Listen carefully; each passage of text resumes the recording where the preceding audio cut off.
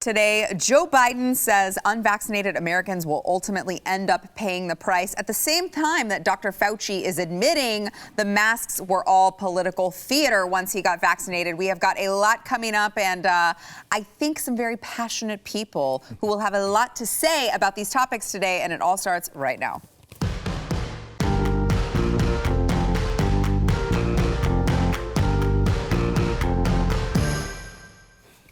Welcome to the News and Why It Matters. I'm Sarah Gonzalez. Here today, it's Tuesday, it's gloomy, it's rainy. I don't think anyone wants to be here, but we're here anyway for you. We're doing it all for you. I am joined today by Eric July, BlazeTV contributor, and Elijah Schaefer, host of Slightly Offensive, which you can find on BlazeTV. Also, I recommend that you subscribe on YouTube while it is still there. Yeah, you know, I'm pretty surprised that we're all still allowed to be online. I know Steven Crowder is going through that right now too. Yes. They want us off because not because they don't like us, it's because they don't want you, who's watching, to have access to the truth for free. They want it to become as difficult as possible. And so, to Susan Wojcicki and the gods at YouTube, thanks for another day.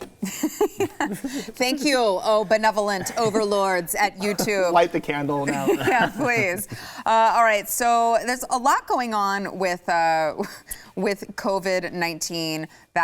The vaccination debate swirls onward. I know last week we talked about the fact that the CDC immediately was like, oh, by the way, if you are fully vaccinated, you definitely don't have to wear a mask. We just told you like a month and a half ago, it was still doom and gloom to come, and you definitely could not take off your mask because we couldn't be too certain. Now we're definitely certain. We have absolutely no scientific data to provide to you that has come up and surfaced between then and now, but it's definitely time to take off your mask. Certainly we're not trying to take your attention away from anything going on over here. But Joe Biden was talking in a news conference yesterday. They were talking about how COVID-19 cases are down in all 50 states. By the way, despite the fact that we here in Texas were all told that we were going to die, we were going to perish into flames because we were Neanderthals. I was excited. I was like, I'm ready. Like after 2020, I was like Jesus, take me, please. You're gonna die. I'm like, I was just waiting. Yeah.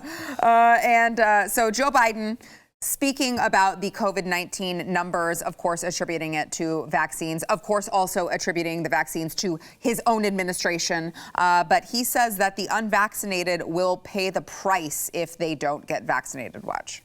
If the unvaccinated get vaccinated, they will protect themselves and other unvaccinated people around them. If they do not, states with low vaccination rates may see those rates go up, may see this progress reversed. Ultimately, those who are not vaccinated will end up paying the price. The vaccinated will continue to be protected against severe illnesses, but others may not be if you're not vaccinated. So a couple of new words formed here. Yeah, imagine, Eric, if you had a job to be a representative and someone to speak publicly, and the way that you spoke was, you would get fired. Blaze would fire you. Now you get presidencies. Yeah, apparently. Fortified. Apparently. All right, so unvaccinated need to get vaccinated or else they will end up paying the price. A couple different things I think that we could discuss here.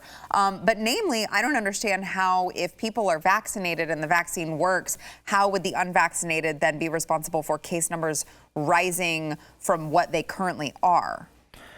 Look, none of this. This is a legitimate question, by the way. I'm like, right. Please make it make sense. I don't understand. Well, I mean, the vaccine wanes, right? Right. But that's the problem with the vaccine, not the unvaccinated. Well, that's the thing, though. Like this, we know what this has been about, and I've talked about it many times. I got called a conspiracy theorist for having the positions that I had, though they are confirming that this has been, a lot of the mass stuff has been for theater. Which we have later on. Yeah, and by the way, I will say Lori Lightfoot is now a conspiracy theorist because she is saying do not go by the CDC guidance. Oh, she doesn't, Keep she wearing doesn't trust your the mask. science? She's a conspiracy theorist. She's a science denier. Can you believe it? Wow. She's a science denier. Wow. A mayor of a major city in this country, science-denying conspiracy theorist. I think she's like a secret Q follower or something. Probably. Well, potentially. Probably. This is my thing. We understand the risk that we assume despite us not getting the vaccine. Right. And this is what's so frustrating when you hear them talk about it, because they discuss it as if obviously it's an ultimatum. You have to get this shot, or else is basically what happens. So you're only, and then he says, sending out all his little videos in his press conference. It says like vax or mask. That's all his little like the Joker catchphrases and slogans and what have you. But my thing is, so what? It's a risk that I'm willing to assume. It's a risk that other people that have clearly offered not to get it, which is where we're at. That's why they're frustrated. The Branch Covidians got their jab. They lined up, fell over each other trying to get it. Now the stragglers like ourselves are left, not the hesitant ones, the ones that just simply have already made their decision. That I'm in this age and health demographic, it just simply makes no sense for me to get this, right?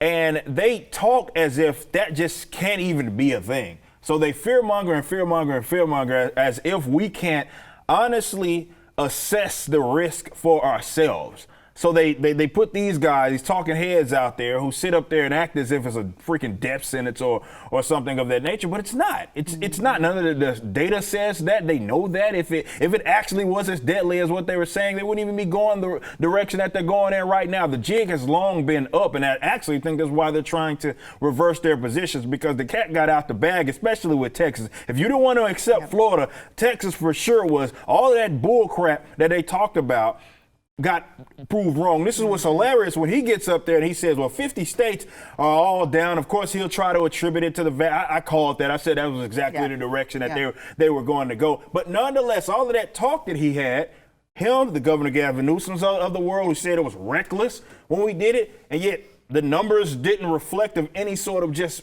huge spike or anything like that, which shows that the jig was up. So in my opinion, they had to do that. They had to do that because what else? If you didn't want to look at Sweden, and then you didn't want to look at Florida, you got all these other states, including neighboring ones, that like one state will have less restrictions, the one next to it has more restrictions, and they have the ones with more restrictions have a higher uptick in terms of the cases. The jig is long up, and it's been up. But the cases were up too, because in states where the fear was induced, more people were getting tests, there were more false positives. There was a lot of issues that were going on. And I know in January we changed the amount of cycles of the PCR test. We got more accurate testing. I mean, basically what happened is it's kind of like we're in a toxic relationship where there was like threats, like if you leave me, your life's going to be worse. And then you know that person is toxic, AKA the government. And the more that we leave them, like when Hillary Clinton said, it's simple, get vaccinated, get your life back. And I say, I love your producer enough to not say, excuse me, something that rhymes with itch. Like I never gave up my life to the government, so you can't give it back to me. You're assuming that I've listened to you at all, but when I realized from the very beginning, I'm not just anti-government for a reason, like no reason. It was, I saw from the beginning, there's a lot of using the word follow the science, but the science was a religion. They didn't have data to back up their claims, and there's a lot of like what Biden was saying here, where this may happen to you if you disobey us. Well, theoretically, Biden, anything could happen. Like, you may fall off a bridge if you don't get the vaccination. It's like, yeah, I guess it's a possibility, but it's not statistically a reality that will probably happen in my life. And so a lot of this fear-mongering that came out, I think people are getting tired of it. They're getting sick of it. And they're waking up to the matter that these people have been lying to us forever. The masks weren't working, and here's my point. They're getting so desperate that I wrote something about how 40% of workers from the CDC and the FDA were not getting the vaccine. And then they fact-checked me as fully false, objectively false, fact check. This is a fact checker. They said, it is not that 40% of people in the CDC and the FDA are not getting the vaccine or refusing it. It's that all we know is that 60% willingly got it. So, I go, what? I literally read the fact check. I go, you can't fact check the fact checker. You just basically I just inferred that 40% weren't getting it. If you said only 60% were willingly getting it, then it meant that 40% weren't. Yeah. And they're saying, well, that's like, I'm false. So they're getting desperate. They're losing. Wow. The house of cards is collapsing. They're being exposed. You've done a damn good job. You've done a great job. Y'all have done a good job exposing this, and we won. Yeah. It is interesting to hear. I won't drop any names, but it is interesting to hear some podcasts of people who were totally on board the COVID-19 train, like mask up, do lockdown, do whatever you can, until very recently. It's not prominent conservative podcasts? It could be. Yeah, I know what you're talking about. And now they're like, I told you guys several months ago that, and I'm like, I ain't trying to hear that. What? Absolutely My head wants to explode. Absolutely not. If you paid attention to common sense at all, you saw this coming last year. We were talking about it a year and a half ago. The same things that are coming to fruition now. So I don't want to say we called it, but we freaking called it. And I'm not going to listen to everyone else talk about how they called it too freaking absolutely. No, yes. because we were sitting here last year. Us three. Yes. We were sitting here around the table last year like, what are they doing with grilling Governor Abbott with his stupid restrictions? Yep. We were the ones that were consistent on this. And because they bought into all of this fear, including people that claim to care so much about liberty, they bought into the fear. They were like, okay, it's just a couple of weeks. You can have all of our rights or whatever. You can have everything. It's yours. And then they want to act like they get on the other side of it. This is why I won't let Governor Abbott make it. When he sends off his little stupid tweets and acts like, look at me, look what I did. No, you clown. You were the ones that absolutely put in the mask mandates initially, and then you only recently lifted the restrictions and what have you. No, you don't get a praise for that. Hitler doesn't get to apologize for the Holocaust. Right? It's like, Right. oh, I was wrong. The Jews weren't evil. Like there's no coming back at a certain point when you're in government and you're like just out there and you harm your citizens. They harmed us. The government violated our sanctity, our private space. Some governors even got into the home saying who you can have in your house, like in Oregon. These people are diabolically evil. They are demonstrably, I would not even just say morally evil, demonstrably going against what they were voted in to do, which was to protect our rights, to represent us. And they got in thinking that, oh, well, we're going to start making health decisions for the people. I mean, it started with Obama, with Obama's wife, right? Started with Michelle being like, oh, we got to fix these kids' school lunches. The government started thinking we got to take care of everyone's health. It's like, this is not your damn job. Yeah. I'm just sorry, it's not your job. And it's like, oh, well, you got to wear a mask. I've been saying F you to people since the very beginning. Like, what do you mean? Yep. Us Yeah, too. it's because of reasons. That was their whole position. It's because reasons. They couldn't really give you a legitimate science position. Follow That's right. the science, trademark. but when I say science, right. You got to put a trademark because it's a special kind of Capitalize it. special kind of science. It takes faith. It's one that takes faith. Right. It's like a religious cling. It's almost like it's kind of cultic. To read daily the people who are teaching it from their teachings, and then you have to believe in it and have faith, and then you have to spread it to other people like the gospel. Yeah, right. It's funny because they'll be the same ones that act like Jesus is the worst person, and people that follow Easter worships. And Yeah, you can't trust the Bible because it was written by people, but here's some articles written by people, and this is now how we're going to live our lives. Oh, so consistent, isn't it? It is interesting because I just pulled this up because I saw it and I laughed to myself how ridiculous it was. The New York Times this is on Twitter, like trending. The New York Times has an article and the little caption is, "The pandemic created a childcare crisis. Mothers carried the burden." And I'm like, the pandemic didn't create Didn't do anything. Can we even it stop was calling government. it a It was not the pandemic. Well, even if it's like it was not the virus that that the caused virus did any of nothing. that. That was the government shutting your schools down, the schools that you pay your taxes to. That was not the pandemic. That was the with virus everything. didn't make that decision. They talked about that across the board, and I'm like, no, stop saying that the pandemic did it. No, the government did it. When you look at the unemployment and all of that was going up through the roof at the time. And they would sit here and always word it as, well, the pandemic, that people are out of work because of the pandemic. No, they're not. No. They're not out of work because of the pandemic. They're out of work because it's illegal for them to work.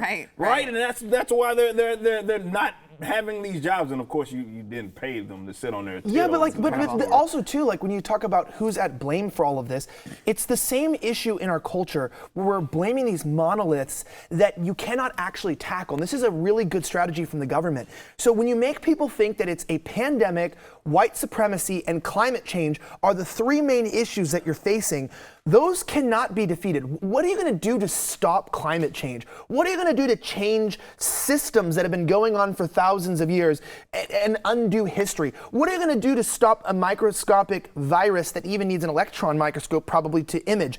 These things are impossible for individuals to defeat, so they require collective means to approach. However, what you're going to find is that the threshold for defeating and challenging them is going to keep being changed by who? The people who are claiming to fight them for you, the government. So they're able to annex more and more authority and power, getting people lost and convoluted in a country, fighting enemies that they can never win. Meanwhile, they're the solution for the problem, and then they keep determining when the problem is fixed, which is never. So you have to always look to them as a solution, so we're enslaved and indebted to our government. If people woke up and realized that these are not the problems that we're facing, that the pandemic, white supremacy, and climate change are not the biggest issues. The biggest issues are probably your BMI, probably your laziness, and maybe your porn addiction. And maybe if you conquered those three things as a man, maybe, just maybe, the world would be a better place. I don't know. Ooh, all right. Well, I was mad. More to come. We're just now getting started. Okay. First, we want to thank our sponsor, Home Title Lock. So, if you've not heard of home title theft, it is where cyber thieves remove you from your home's title, and then they make themselves the owner. They forge your signature, and they refile as the owner. So, I'm telling you, you got to look into Home Title Lock. Okay. The FBI calls home title theft one of the fastest growing cyber crimes out there. With COVID, you've got a bunch of people who are at home with idle hands, and you know what they say about people with idle hands. Do not let this happen to you. You could lose all of your equity, all of your retirement nest egg if it happens. And by the way, once it happens, it's usually too late, because you may think that you might be protected from a common identity theft program. You may think that you might be protected from some sort of a banking program. None of those protect you, but Home Title Lock does. All right, do yourself a favor. Go to HometitleLock.com, register your address to see if you are already a victim of this crime. You can sign up for 30 free days of protection. You can go to HometitleLock.com, use promo code RADIO. I don't know why it's radio. Just go with me here. It is HometitleLock.com, promo code RADIO. All right, before we move on from our wonderful president, most popular president. Best golfer in America, too. Yeah, in American history. Did you hear that? Well, that's funny, because that's where I'm going with this. Oh. So Joe Biden was out golfing yesterday, and it did not go well for him. If we could play this clip of Joe Biden golfing. So he's over at the far left, that little man, and he swings, and somehow I don't know how that happened. It went behind him. How does that happen? So is that a real video? Yes, it was on the internet, so we know it's real. That's true. It was on the internet, so we know it's real. I just thought it was funny. How does honestly, it's impressive. Yeah, let's play it one more time. Honestly, it's impressive. Because we got to track the ball here. Yeah, so somehow it's right where his club is, you assume, right? And then somehow. No, it's not, clearly something in front of that, I guess, that cart that we can't see that causes it to like Joe Biden. bounce back. What? That's crazy. Yeah. So that's literally the election. That was literally his election in a swing. Just totally reversed what was supposed to happen. So obviously he's good at all the things, including golf. I'm sorry, you're laughing because I'm not good at golf. I suck at golf. But like I can't. I'm better than that. I imagine I could get the ball to move in the right direction. I can't imagine I would get it near the hole, but I can imagine it would go somewhere. He'll go forward, like the way that you're hitting. Yeah, right? You would think. He plays golf like Texans drive, seriously. It's like, I don't know, I'm on the road today. I saw 2 accidents, but it's a wreck. And I'm just so sorry, but it's like, he seems confused, like, oh. What's happening? Yeah. And the sad part is that reaction is his reaction to literally everything in the country right now. I'm just like, oh, did I just do that? Mm-hmm. And it's like, yes, sir. You have dementia. You are an old man who is dying on live TV every single day, and you cannot pronounce words. You can't swing. You can't swing for if your life depended on it. And it's so sad because this is where Putin and Xi and different people and world leaders watch us, and they're like, America is for the taking. Yeah, I know. It is scary when you think about it, because they have to be thinking that right now. All right, let's move to Dr. Fauci, who, you know what? I want to go first, Control. Let's go back to March 18th. When Dr. Fauci had a hearing with Rand Paul. And if you guys recall out there, he had a hearing with Congress, but Rand Paul was questioning him. And if you recall, Rand Paul really dug into Dr. Fauci about wearing masks after being fully vaccinated and how it was just basically political theater. Here is a little bit of that exchange. What proof is there that there are significant reinfections with hospitalizations and death from the variants? None in our country. Zero. Well, because we don't have a prevalent of a variant yet. We're having one. Can I finish? We're having 117 that's becoming more dominant. Your policy based on conjecture. No, it isn't based on conjecture. Variants, so you want people to wear a mask for another couple years. No. You've been vaccinated and you parade around in 2 masks for show. No. You can't get it again. There's virtually 0% chance you're going to get it, and yet you're telling people that have had the vaccine, who have immunity. You're defying everything we know about immunity by telling people to wear a mask who've been vaccinated. No. Instead, you should be saying there is no science to say we're going to have a problem from the large number of people being vaccinated. You want to get rid of vaccine hesitancy? Tell them they can quit wearing their mask after they get the vaccine. You want people to get the vaccine? Give them a reward instead of telling them that the nanny state's going to be there for 3 more years and you got to wear a mask forever. People don't want to hear it. There's no science behind it. Well, let me just state for the record that masks are not theater. Masks are protective. And we have immunity there, theater. If you already have immunity, you're wearing a mask to give comfort to others. You're not wearing a mask because of any science. I totally disagree with you. So there you heard it from Dr. Fauci, And March by the way, 18th. Rand Paul is a doctor, just so people yes, understand. He's not like just talking out of his Just behind. a random. He might be a about that. non-doctor, Yeah. but he had. It's funny, him and as well as his father. Both of them know a little something about it. It's like the one guys that he seems to go clash are the guys that would, maybe not in particular in epidemiology, but they're at least somewhat competent in terms of the medical field. Yes. So that was just March 18th, and Dr. Fauci said very clearly they are not theater, they are not for show. I totally disagree with you. That is not true. And then, of course, now today, here's what he says on Good Morning America. I am now much more comfortable in people seeing me indoors without a mask. I mean, before the CDC made the recommendation change, I didn't want to look like I was giving mixed signals. But being a fully vaccinated person, the chances of my getting infected in an indoor setting is extremely low. And that's the reason why in indoor settings now, I feel comfortable about not wearing a mask because I'm fully vaccinated. I'm fairly certain Rand Paul is owed an apology. He's not going to get it. No. Look, guys, these freaking leftists get to do this. They have been wrong almost top to bottom, and they're going to see no consequence to it. None. They got Texas disastrously wrong. He's been taken to task by both Jim Jordan and Rand Paul, and they've grilled him on this specific issue as well as the whole herd immunity thing. And he got it. Now he gets to go back on it, and it'll be like it never happened because fools operate as if the CDC as well as the Faucis of the world. The science change is based on what they say. Yeah. That's not how it works. The virus is going to do whatever the virus does. Just because this is why I kept saying it seemed like I was reading some comments. People got it confused when I say if it's okay now, it was okay back before. And they say, well, that isn't. No, you idiot. Listen, the CDC does not determine how the virus itself works. So if they are claiming that a vaccinated person can get out there and do whatever it is that they want without having to wear a mask, if it's okay now, it was okay before. The virus doesn't up and say, well, the CDC said we can't reinfect you, so now we're going to take a step back. No, it operated the same way. So, of course, he's vindicated. Of course, Rand Paul was right. He was right almost all along, him and the masses of the world. But they clash with these guys, and they act like, okay, you're the not the baby killers, the grandma killers, and because you don't want to cover your face and listen to the science. It's like, why do they get to be consistently wrong? And there's gonna be no consequence. That man, I'm gonna say it, don't top Blaze to this, I'll say it. He belongs in prison. Oh, you can tie my name to that. I completely agree with you. Completely agree with you. Well, I couldn't tell if I was listening to Dr. Fauci or Ben Shapiro podcast because they've both been just as unreliable when it comes to the pandemic, vaccines, and all of these things. It's like both flip-flopping people misleading America down the wrong road.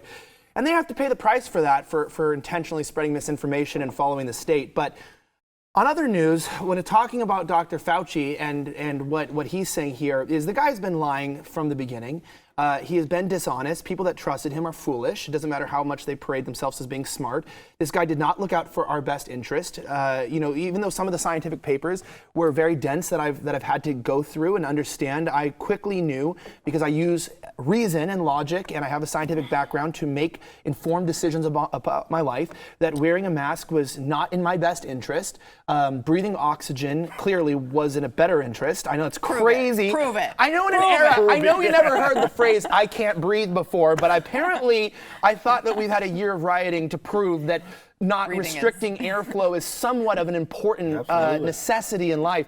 But on top of that, it's like with the masks, he's saying, well, it wasn't theater, but what we're finding on Twitter today from people, the science-denying left, the conspiracy theorists who seem to not be able to understand, the baby killers who were afraid of the grandma killers, they're saying, I don't want to take off my mask because I don't want to be seen to be a Republican. And what I take that as with joy, because what you're telling me is that we were right the whole time and that you don't want to be seen as somebody who follows the truth. And I'm proudly somebody who follows the truth. I never gave a damn if someone got mad at me for not wearing a mask. I didn't go as far as my producer, who would take the free mask and throw them on the floor because I also don't want to litter. But, Yeah, right. but I mean, the masks never did, and I knew that they didn't work for one reason, is that it did not matter what you had on your face, whether it was like a cloth or it was mesh or anything. As long as you had just something in front of your face, people felt safe.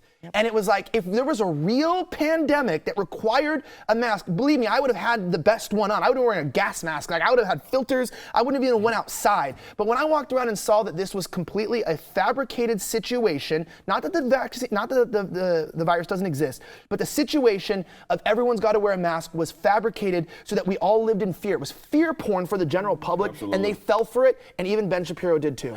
But that's why, just quick, that's why it's the issue. It's because their words, particularly the Faucis of the world, their words mean something because policy is based on. This is why I'm saying they belong in prison, probably Gitmo, something worse. Because these guys, their actions lead to acts of aggression, right? So people get put out of work, people are forced to dip into their savings, all based on what they say, no matter how much of a lie it is, and no matter how many times we had it, other guys, including other congressfolk like the Rand Pauls of the world, were yelling like, dude, you got this disastrously wrong. But unfortunately, Fauci is not going to see any sort of consequence for being as wrong as he's been. Yeah, highest paid federal employee, just like to point that out. Taxpayer dollars going to good work once again. Congrats, guys. All right, we've got more to come. First, we want to thank our sponsor, Built Bar.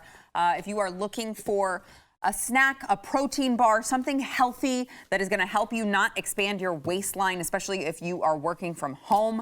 As I know some of you are. I know you're not as productive when you work from home, even though you like to think you are, but you're going to the pantry all the time, okay? And you're like, what can I eat? What can I eat? Oh, here's a chocolate bar. Oh, here's some chips. Oh, here's this, here's that. Don't do that, all right? Get Built Bars in your life. It's a healthy protein bar. It's high in protein and fiber. It's low in calories and carbs. And it also tastes like you're eating a candy bar. So you're going to trick your body into thinking that you're eating something that's really bad for you, but you're not. Elijah knows what I'm talking about. Yeah, it's actually kind of sad because what happened is my food budget just went up because I showed them to my wife.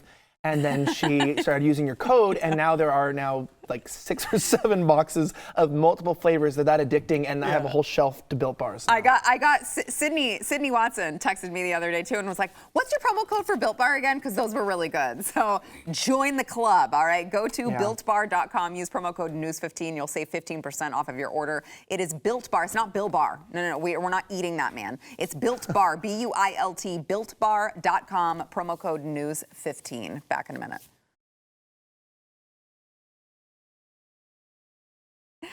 All right. Well, I figured that I really set Eric off by talking about Dr. Fauci. So I wanted to make sure that we brought up. Wait. Sorry. Our Lord and Savior, lowercase L, lowercase S. Our Lord and Savior, Dr. Fauci. At least give some respect to God. Dr. Anthony, the Dr. Anthony Fauci, the all capitalized, the Dr. Anthony Fauci. He was talking, I guess this was Sunday.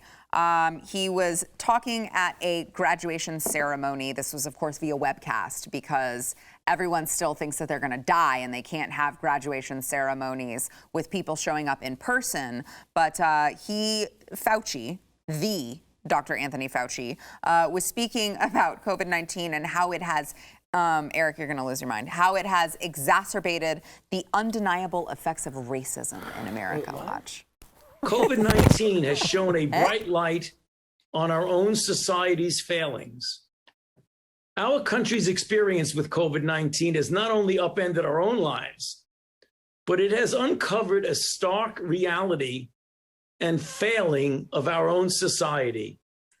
The unacceptable disparities in health experienced by minority groups, especially African Americans, Hispanics, and Native Americans.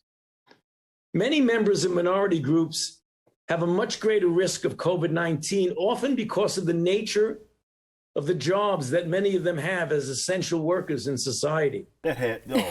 More importantly, when people of color get infected with SARS-CoV-2, they more likely will develop a severe consequence of the infection.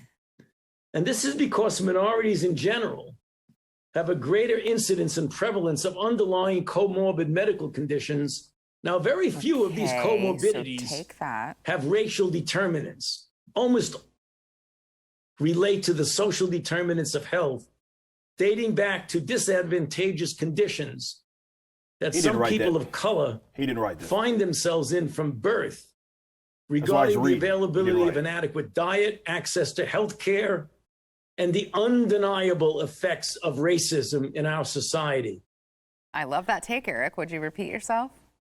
He didn't write that. Gosh. He did not write that. That's why he's looking down, he's reading at it, because someone wrote that for him. He's a quack, which is what I've always assumed that he was, and he had those lines passed to him, and he's just regurgitating a bunch of vague nonsense that doesn't even make any sort of sense. When we talk about comorbidities, it's funny, he didn't even have the well, I can't say that, but he doesn't have the lower extremities to just sit up there and just say that, okay, well, it often associated with this community are these underlying health issues, particularly like obesity, which more so has to do with culture, has absolutely nothing to do with systemic, institutionalized bullcrap or anything it is that they're saying. The fact that these guys always go there. They always have to pull that rabbit out of their hat if they have nothing. Oh, wow, Fauci is looking like I'm being looked at as a quack again.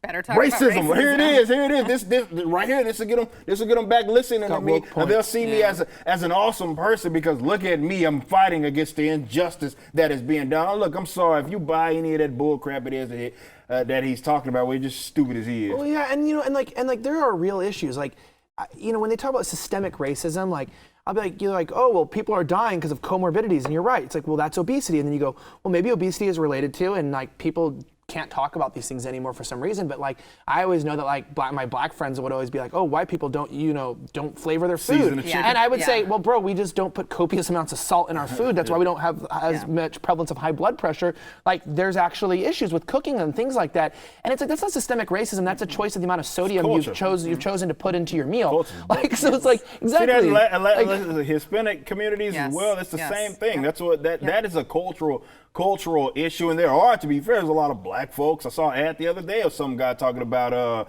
he trying to address like young black men and the issue of obesity and them eating bad and stuff like that. That is a legitimate problem. Often when you think of food that is unfortunately to be associated with black culture, it's often the most unhealthy. Yeah, like, it's like Southern food. Yeah, it's like the gravy, everything. Yeah, it's like very unhealthy. But that's the problem with it, is that they won't talk about that because that will force them to not only turn a mirror on the people that they're discussing, but unfortunately, you have to have that not unfortunately, I would say fortunately, you have to have that conversation if you're ever going to get any sort of solution to it anyway. Yeah. But that's the thing. I know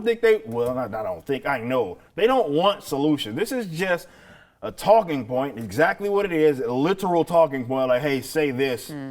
That this is it. All the like buzzwords are all there. Just say them, and everybody they'll love it. It is interesting because it always blows my mind whenever they use the talking point that like black people don't have access to health care. I'm like, I don't.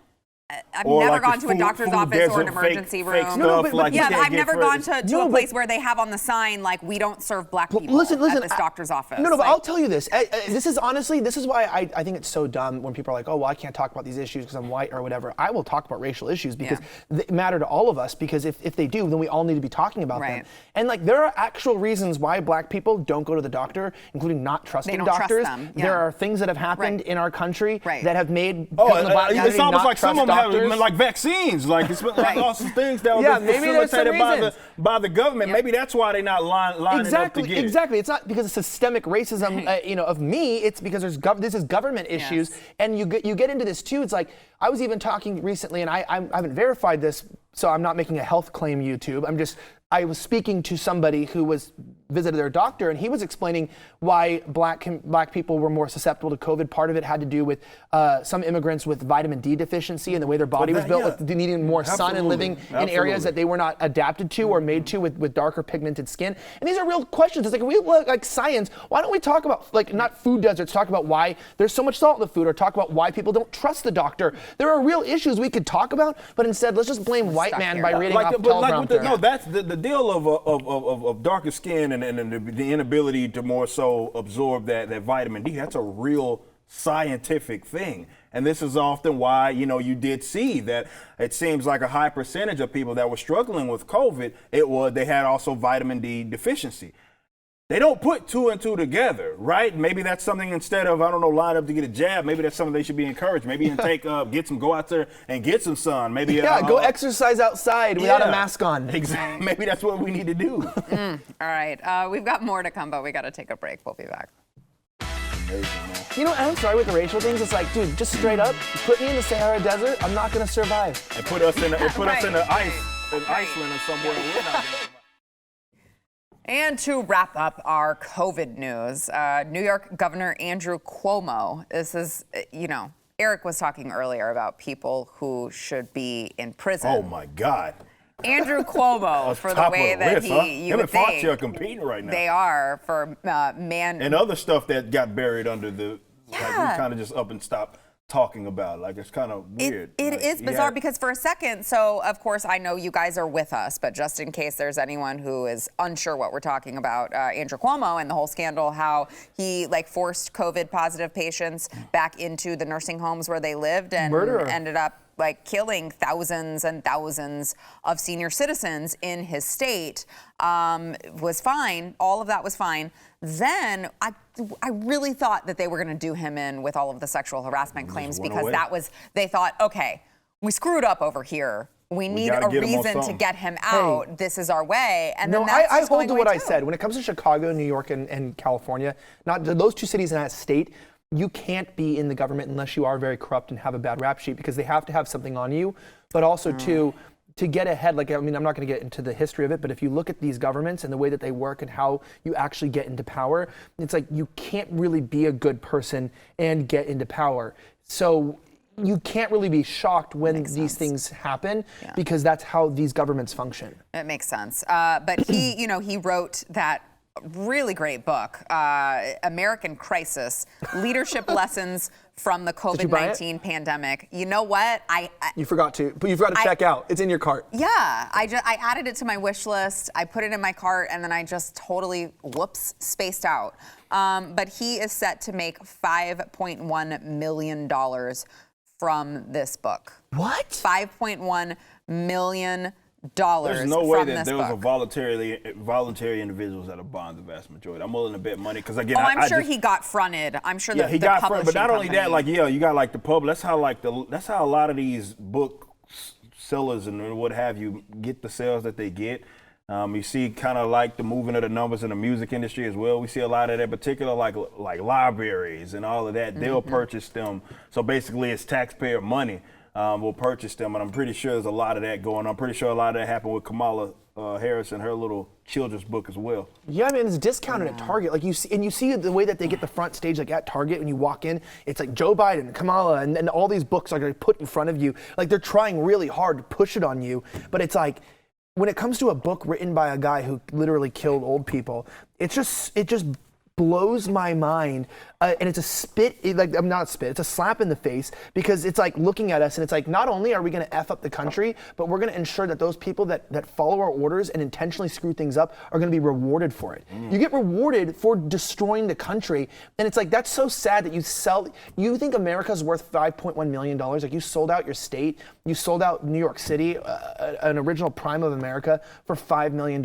I know a lot of people watching, $5 million is a lot of money, but is it really worth selling out your nation? Damn you for that, Well, it kind of goes back to your original point that it's just these people in power who are just so horrible, evil people. They don't care. They use the state to get them in a position of power where they can do exactly that. And this is why a lot of them go into it, unfortunately, not having like the Joe Bidens of the world, they didn't really have much going for them outside of being in the political sphere. And then they come out on the other side just with so much money. It's a very fascinating phenomena, and you can see how people go from being just not having much, and then they become public servants, and then they're going to come out on the other side of that rich. It's a bizarre thing, but it happens all the time. Yeah, it really does. And then on the subject of the Cuomos, Andrew's brother Chris on CNN the other day. Now, this was, I believe it was last night, he suggested that Republican governors are pressing forward with pro-life legislation because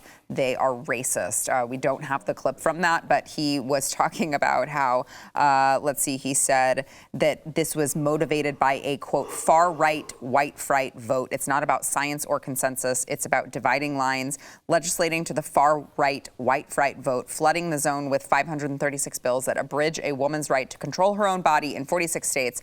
It's just like voting rights in one way. And then, of course, he had tweeted this out. I believe this was back in February, where he had said white fright, which is weird because I feel like when you look at the numbers of races of babies that are aborted, proportionally speaking, pretty sure we would end up with a lot more black people alive right now if these laws let's went backtrack. Why would the white supremacists want to be pro-life? If you look at the statistics, and most of the babies are black. Definitely, when you consider the history of like the Planned Parenthoods of the world, that's exactly what it was anyway. It's just basically eugenics. That's always been a bizarre. It is eugenics. It's intentional population control of black people. It is crafted to keep. And I'm not conflating this.